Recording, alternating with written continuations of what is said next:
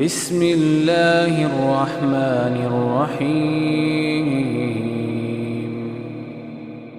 حضرت جابر سے روایت ہے، اللہ کے رسول صلی اللہ علیہ وسلم نے فرمایا، اللہ کے نزدیک عشرہ ذوالحجہ سے افضل کوئی دن نہیں ہے۔ ایک آدمی نے عرض کیا، یا رسول اللہ، یہ زیادہ افضل ہے یا اتنے دن جہاد فی سبیل اللہ میں گزارنا افضل ہے؟ آپ نے فرمایا، یہ دن جہاد فی سبیل اللہ سے زیادہ افضل ہے۔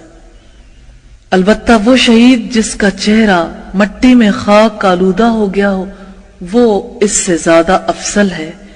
اسے ابو یعلا نے صحیح سند کے ساتھ روایت کیا ہے۔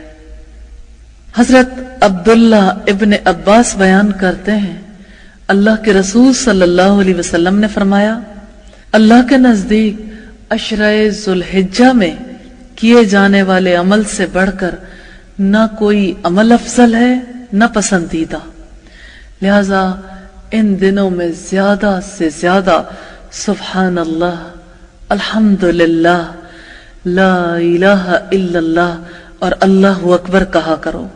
اسے طبرانی نے روایت کیا ہے۔ ایک اور روایت کے الفاظ ہیں کہ تم ان دنوں میں تحلیل، تکبیر اور اللہ کا ذکر زیادہ سے زیادہ کیا کرو۔ ان میں سے ایک دن کا روزہ 1 سال کے روزے کے برابر ہے، اور اس میں کیے جانے والے عمل کا ثواب 700 گنا کر دیا جاتا ہے۔ حضرت ابو ہریرہ سے روایت ہے کہ نبی صلی اللہ علیہ وسلم نے فرمایا، اللہ کے نزدیک کوئی عمل عشرہ ذوالحجہ میں کیے جانے والے عمل سے زیادہ پسندیدہ نہیں ہے۔ ان میں سے ایک دن کا روزہ 1 سال کے روزوں کے برابر ہے۔ اسی لیے تو اللہ نے ان دنوں کی قسم کھائی ہے، اور اللہ نے پیچھے رہنے والوں کو محروم نہیں رکھا۔ اب صلی اللہ علیہ وسلم نے فرمایا، ایک رات کا قیام لیلۃ القدر کے قیام کے برابر ہے۔